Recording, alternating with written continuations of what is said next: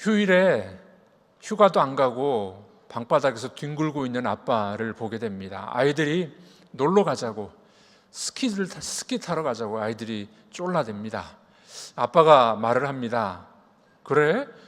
왜 스키장에 가야 되는지 세 마디로 이야기해봐. 아이들이 이야기합니다. 첫 번째 아들, 심심해. 두 번째 아들, 너무해. 옆에 듣고 있었던 아내가 이야기합니다.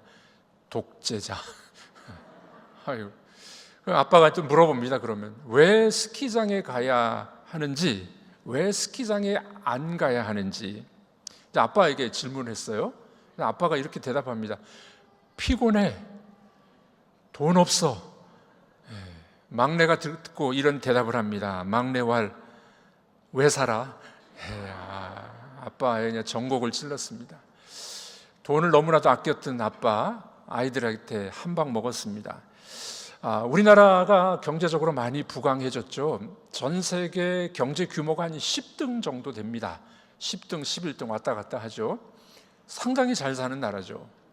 그런데 우리 대한민국이 참 놀라운 것은 식민지를 경험했고 전쟁을 경험했던 나라 중에 민주화도 이루고 경제 성장을 이룬 단 하나의 나라입니다. 전 세계적으로 봐도 이런 나라가 없어요.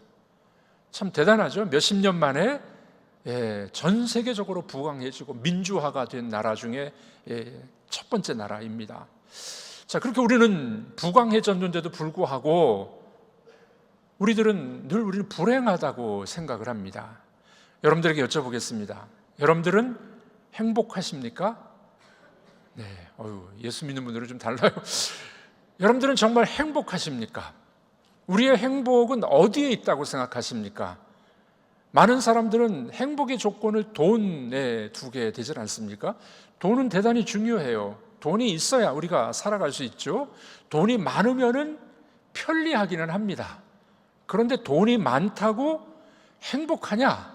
꼭 그런 건 아닌 것 같습니다. 돈이 없다고 불행하냐? 꼭 그런 건 아닌 것 같습니다. 우리가 돈이 없어도 좀 불편하긴 하지만 돈이 없어도 행복한 사람들이 있습니다.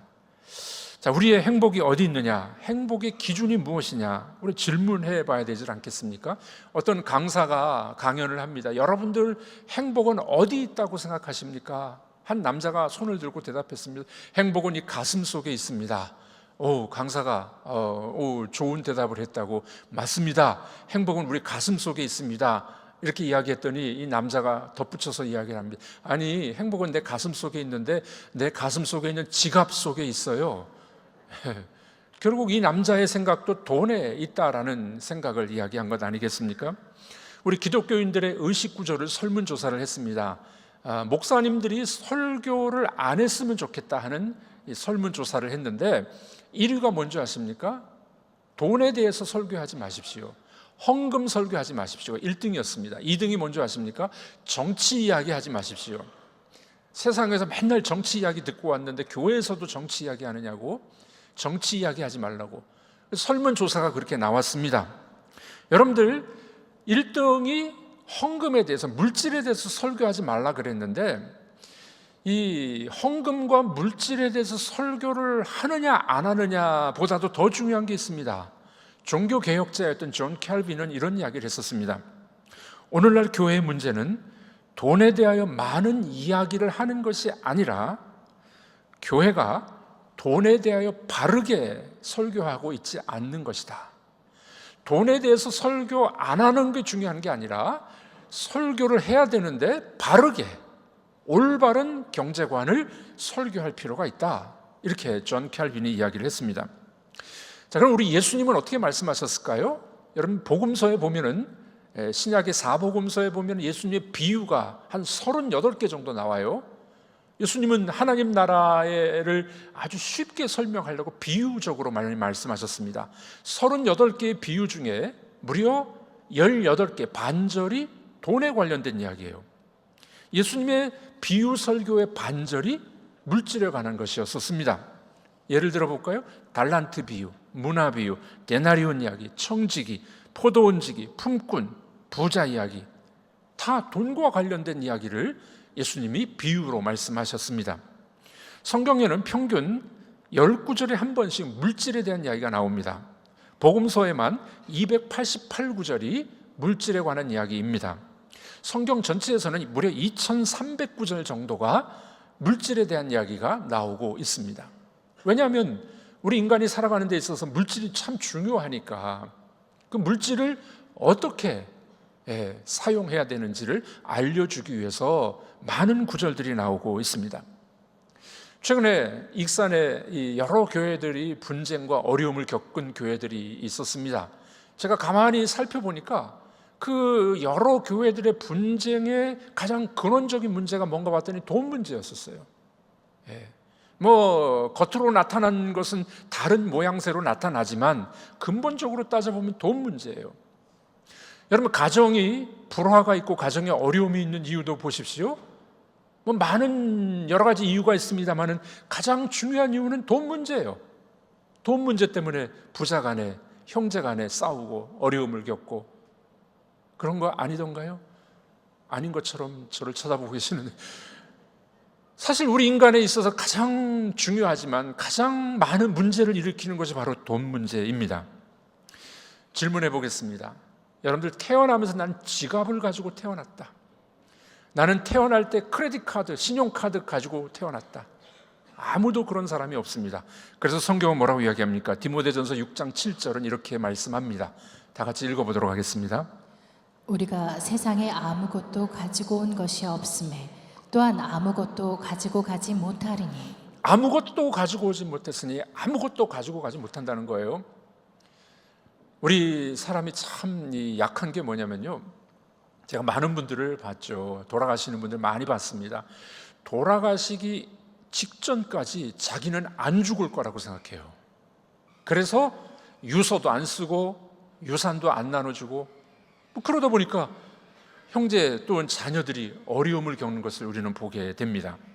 그래서 성경은 뭐라고 이야기합니까? 디모데전서 6장 8절 말씀 우리 읽어보도록 하겠습니다. 우리가 먹을 것과 입을 것이 있은즉 족한 줄로 알 것이니라. 먹을 것과 입을 것이 있은즉 족한 줄로 알지니라. 근데 여러분들, 먹을 거 입을 거 있다고 족하게 생각하십니까? 우리 안 그래요. 솔직히 저도 보면은 먹을 거 입을 거는 있어요. 그런데 뭐 욕심이 생기는 거죠. 아파트는 더 큰 거, 자동차는 더 좋은 거, 또 뭡니까? 내가 보험과 연금은 더 많이. 누구든지 우리 속에는 그런 것들이 있지 않습니까? 성경은 뭐라고 말씀합니까? 이런 욕심이 과하면, 탐욕이 있으면 문제가 생긴다는 겁니다. 여러 성도님들을 많이 접하다 보니까 그런 어려움을 겪은 분들도 있어요. 어디 투자해가지고 갑자기 그냥 뭐 대박을 터뜨리려고 하는 분들이 있습니다. 우리 교회를 건축할 때 어떤 분이 저를 찾아왔어요. 건축하다 보면은 돈이 어쨌건 있잖아요. 목사님, 뭐 몇십억을 투자하면 제가 2배로 불려주겠습니다. 그런 법이 어디 있어요? 경제 다단계, 또 뭐 이런저런 걸로 사람들이 과욕, 욕심 때문에 망하는 경우들이 얼마나 많이 있습니까? 그래서 성경은 우리에게 이렇게 말씀합니다. 디모데전서 6장 10절 말씀 읽어보도록 하겠습니다. 돈을 사랑함이 일만하게 뿌리가 되나니 이것을 탐내는 자들은 미혹을 받아 믿음에서 떠나 많은 근심으로써 자기를 찔렀도다. 돈을 사랑함이, 돈이 나쁘다는 말이 아니에요. 돈을 사랑하는 마음, 그게 문제라고 성경은 이야기합니다. 자, 여러분들, 우리가 그렇다면 정말 행복하게 살 수 있는 비결은 무엇일까요? 돈을 제 위치에 놔야 돼요. 우리는 돈을 너무 위에 두고 있지 않습니까? 돈을 제 위치에 놔야 정말 행복이 뭔지, 하나님의 뜻이 무엇인지를 우리가 발견하게 됩니다. 그러므로 여러분들, 우리 인생에 있어서 이 돈이라는 것은 마음의 문제라는 거예요. 마음의 문제. 행복하게 살기를 원한다면 물질에 대해서 우리가 어떤 자세를 가져야 될까요? 오늘 성경은 이렇게 이야기합니다. 첫 번째로, 물질에 대하여 올바른 마음을 가져라. 우리 한번 따라해 보겠습니다. 돈에 대하여 올바른 마음을 갖겠습니다. 올바른 마음이 필요하다는 거예요. 물질에 대한 마음으로부터 시작된다. 예수님께서는 그래서 우리의 마음을 상당히 중요하게 여기셨습니다. 너희 보물이 있는 곳에 뭐가 있다고요? 네 마음이 있어. 혹시 집에 현금을 쌓아놓으신 분 지금 마음이 어디가 있을까요? 혹시 집에 도둑이 안 들까? 보물이 있는 곳에 우리 마음이 있다고 주님 말씀하셨습니다. 그 이유가 뭘까요? 우리 마음이 너무 중요하기 때문에 그래요. 그래서 우리 잠언은 이렇게 이야기합니다. 잠언 4장 23절 읽어보겠습니다. 모든 지킬 만한 것 중에 더욱 내 마음을 지키라. 생명의 근원이 이에서 남이니라. 네, 뭘 지키라고요? 마음을 지켜라. 생명의 근원이 여기서 난다. 예. 여러분들 우리 이 절망하거나 또는 희망적인 사람의 특징을 보면 이렇습니다. 절망적인 사람은 부정적인 생각을 3개 정도 한대요. 희망적인 생각은 하나 정도 한답니다. 그런데 희망적인 사람은 거꾸로 하는 거예요. 절망적이고 부정적 생각을 하나 정도 하고 희망적인 생각을 3개 정도 한답니다. 그런 사람이 마음을 지키는 사람이에요. 여러분들은 어떻습니까? 안 된다, 아이고 죽겠다, 힘들다, 그 생각 많이 하는 사람은요 부정적으로 살아가요. 힘들고 똑같이 어렵지만 주님이 함께 계신다, 희망이 있다, 나는 살 수 있다, 그런 생각을 더 많이 하는 사람은 그 마음을 지키고 승리할 수 있게 되는 겁니다. 어떤 어부가 나가서 물고기를 잡는데 큰 물고기를 잡았는데 그냥 물에다 놔주는 거예요. 그래서 중간치를 잡아서는 자기 어구에다 집어넣는 겁니다. 친구가 이상해서 물어보죠. 아니 왜 큰 물고기를 놔주느냐고. 이 어부왈, 우리 집에 프라이팬이 요만해가지고 큰 놈은 튀길 수가 없어. 우리 사고방식, 우리의 선입견, 이런 것들이 우리를 어렵게 만들고 있지 않습니까? 선생님이 학생들에게 큰 이 흰 도화지를 내놓고 점을 하나 딱 찍었습니다. 얘들아 뭐가 보이냐? 아이들이 다 대답합니다. 작은 점이 보입니다. 선생님 대답합니다. 아니 큰 흰 백지는 안 보이냐? 작은 점은 절망이지만 큰 백지는 희망이야. 너희들의 마음을, 시각을 좀 바꿔야 돼. 우리들이 고정관념, 우리의 마음, 이걸 뭐라고 이야기하냐면 에드워드 디 보노라는 사람은 이런 이야기합니다. 이런 사고방식을 수직적 사고방식이다. 내 생각, 내 논리, 전통적인 거, 습관에서 벗어나지 못했을 때 이것은 수직적 사고방식으로 고착된다는 겁니다. 여러분 우리 잘 아는 예화가 있지 않습니까? 인도에서 코끼리를 키울 때 코끼리 도망 못 가도록 하는 방식이 있습니다. 작은 코끼리 새끼 때 말뚝에다가 줄을 매어놔요. 코끼리가 가다가 딱 걸립니다. 또 시도합니다. 걸립니다. 코끼리는 그 범주를 벗어나지를 못해요. 나중에 컸습니다. 몇 톤짜리 코끼리가 됐습니다. 똑같은 말뚝에 달아놨습니다. 코끼리가 도망갈까요? 못 갈까요? 못 가요. 새끼 때 그 습관과 경험과 그 마음이 고착화돼 가지고 그거 충분히 끊고 갈 수 있는데도 코끼리는 도망 못 간다는 겁니다. 이걸 뭐라고 이야기하냐면은 후천적 무력감을 습득했다. 후천적으로 무력감을 습득했다는 겁니다. 여러분 우리 마음속에 우리 마음이 무력하고 안 된다 또는 고정된 마음, 그런 마음을 가지고 살아갔을 때 문제가 되어버린다는 겁니다. 돈에 대한 생각도 마찬가지입니다. 나는 돈이 최고야, 뭐니 해도 머니가 최고야, 이런 생각과 마음을 버려야 된다는 겁니다. 나는 돈을 사랑하지 않을 거야. 여러분들, 돈은 사랑할 대상이 아니라 사용할 대상입니다. 한번 따라해 보겠습니다. 돈을 사랑하지 말고 사용할 줄 알아야 됩니다. 멋진 말 아닙니까? 돈을 사랑하는 것은 일만하게 뿌리라고 성경은 말합니다. 돈을 사용할 줄 아는 사람은 지혜로운 사람이 되는 겁니다. 여러분 우리는 돈을 사랑할 것이 아니라 하나님을 사랑하는 여러분들이 되기를 주님의 이름으로 축복합니다. 우리 마음을 고쳐 먹어야 해요. 우리 마음을 돈에 둘 것이 아니라 하나님께 둘 때 하나님의 역사를 경험하게 됩니다.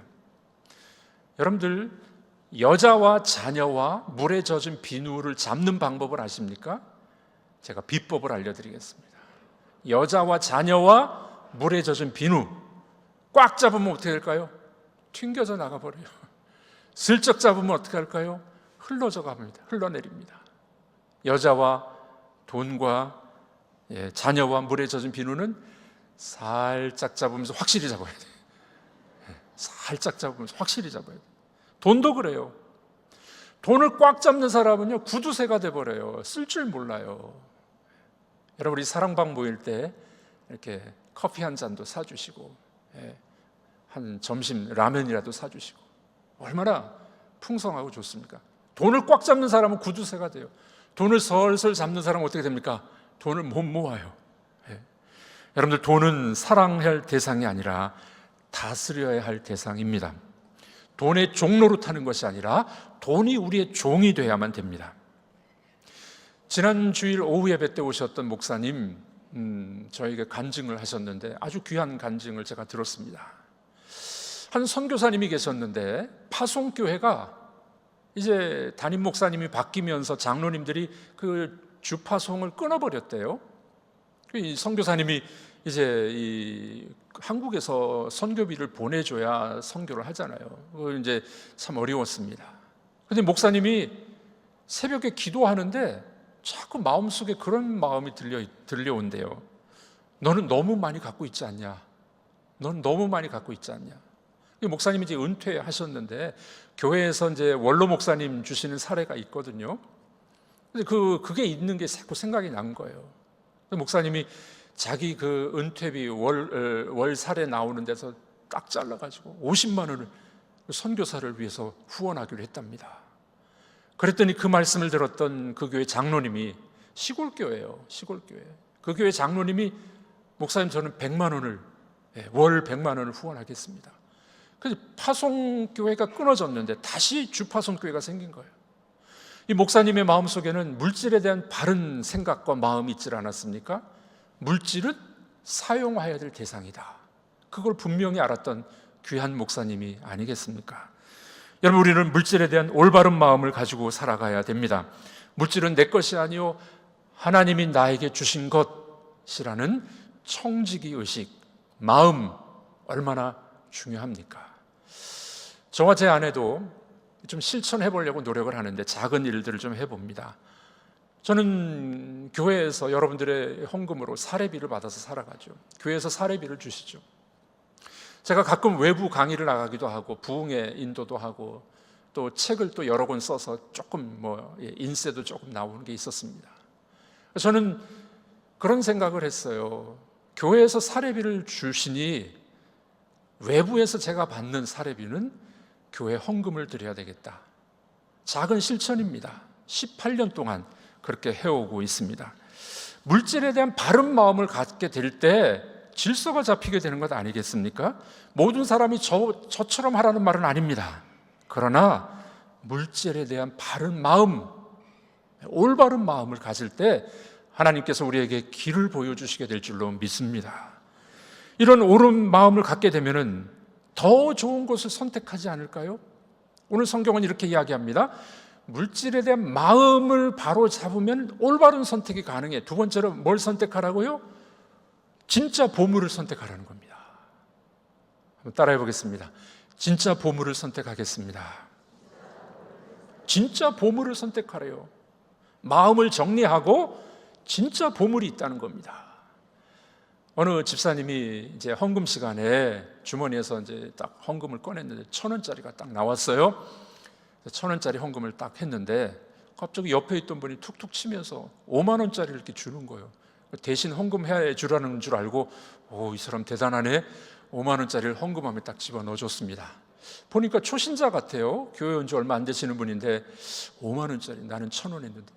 그래서 나중에 예배 끝나고 물어봤습니다. 아니 교회 온 지 얼마 안 되시는 것 같은데 어떻게 그렇게 많이 헌금을 하셨냐고.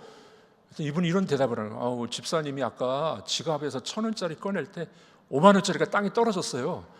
내가 주워준 거라고. 내가 주워줬다고. 여러분, 예수님께서는 이 마음이 중요하다고 말씀하시고 난 다음에 그 다음에 올바른 선택을 해라. 진짜 보물을 선택하라. 이렇게 이야기하셨습니다. 오늘 본문 19절에서 21절입니다. 읽어보도록 하겠습니다. 너희를 위하여 보물을 땅에 쌓아두지 말라. 거기는 좀과 동록이 해하며 도둑이 구멍을 뚫고 도둑질하느니라. 오직 너희를 위하여 보물을 하늘에 쌓아두라. 거기는 좀이나 동록이 해하지 못하며 도둑이 구멍을 뚫지도 못하고 도둑질도 못하느니라. 내 보물이 있는 그곳에는 내 마음도 있느니라. 진짜 보물을 선택해야 되는데 그것은 하늘에 있다는 거예요. 하늘에 쌓아두라는 겁니다. 어떻게 하늘에 쌓아둘까요? 이 땅에서 여러분들이 구제하고 선교하고 어려운 사람들을 도와주는 그 모든 것들은 다 하늘에 쌓이는 거예요. 거기에는 좀과 동록이 해하지 못한다. 좀은 알죠? 옷에 좀 먹죠? 동록은 뭡니까? 녹이에요. 구리 같은 데 이렇게 푸르게 녹이 쓸잖아요. 동록. 이 땅에 쌓아두게 되면 이 땅의 것은 좀이 먹고 도둑 맞고 녹이 쓸어버리는데, 하늘에 쌓아두는 재물은 좀이 동록이 먹지 않아. 진짜 보물은 어디다 쌓아놓는 거라고요? 하늘에 쌓아놓는 거예요. 그렇게 예수님이 말씀하고 있습니다. 사람은 자기가 소중하게 생각하는 것에 마음이 가게 되어 있습니다. 자기가 투자한 것, 그게 잘 보이게 되어 있어요. 요즘엔 주식 투자 많이 하죠. 우리 교육자들이 책을 함께 읽었는데 존 리라는 사람의 이 책을 읽어봤습니다. 주식이 도대체 뭐야? 우리도 좀 알아야 될까 공부를 해봤습니다. 그분은 그런 이야기 하죠. 투자는 괜찮지만 투기는 안 된다. 투기와 투자가 다르죠. 여러분, 우리가 투자하는 곳 또는 투기하는 곳에 마음이 다 가는 거예요. 마음이 다 가요. 복권 사시면 여러분들이 토요일이 기다려지시죠? 할아버지 할머니들 어떤 자랑을 많이 하십니까? 손자 자랑. 옛날에 10,000원 내놓으라 그랬는데 요즘 50,000원 내놓으셔야 돼요. 손자 자랑하시는. 우리 목회자들은 제일 많은 관심이 어디 있을까요? 교회가 자꾸 보이는 거예요. 교회 건물이. 사람은 자기가 투자하고 자기가 마음이 있는 곳에, 보물이 있는 곳에 마음이 있게 되어 있습니다. 여러분들의 보물은 무엇입니까? 여러분들의 보물은 어디에 쌓고 계십니까? 탈무드에 나오는 이야기입니다. 어느 마을이 적군에 의해서 포위가 되어버렸어요. 적군 장수가 이야기합니다. 남자들은 다 포로로 잡아갈 거야. 여자들은 이 마을에서 나가라 하면서 여자들에게 한 가지 이제 이 허락을 합니다. 제일 중요한 보물 한 가지만 가지고 가라.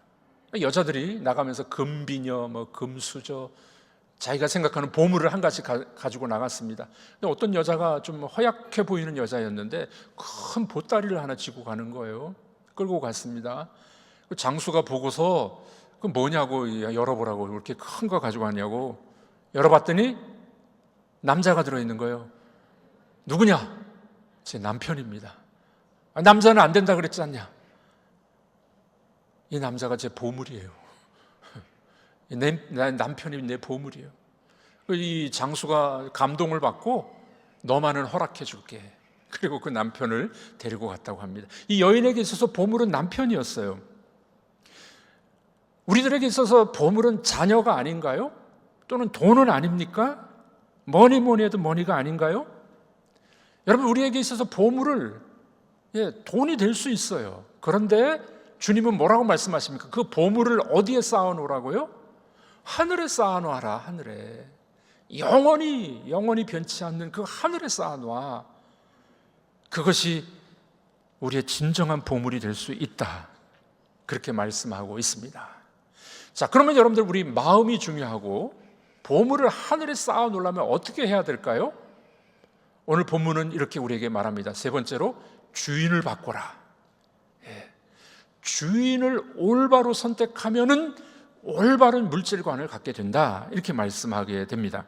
오늘 본문 24절입니다. 우리 읽어보겠습니다. 한 사람이 두 주인을 섬기지 못할 것이니 혹 이를 미워하고 저를 사랑하거나 혹 이를 중히 여기고 저를 경히 여김이라. 너희가 하나님과 재물을 겸하여 섬기지 못하느니라. 하나님과 재물을 겸하여 섬기지 못한다.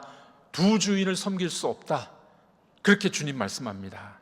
여러분, 여기 재물이라는 단어는 맘모나스라는 단어인데, 이 맘모나스 단어의 어근은 우상 숭배, 우상의 신, 이런 뜻이 있어요. 그러니까 재물을 더 사랑하게 되면 이게 우상이 되어버리는 거예요. 하나님보다 더 좋아하는 우상이 되어버립니다. 그러니까 주님은 둘 중에 하나 선택해야 돼. 하나님을 선택할래? 재물을 선택할래? 이렇게 이야기합니다. 여러분들, 이 하나님을 선택하는 자들에게는 하나님이 어떤 복을 주십니까? 마태복음 6장 32절에 이렇게 말씀합니다. 읽어보겠습니다. 이는 다 이방인들이 구하는 것이라. 너희 하늘 아버지께서 이 모든 것이 너희에게 있어야 할 줄을 아시느니라. 하나님을 주인으로 선택한 사람은 하나님이 이 모든 것도 채워주신대요. 여러분, C.S. 루이스라는 사람이 아주 유명한 말을 했습니다.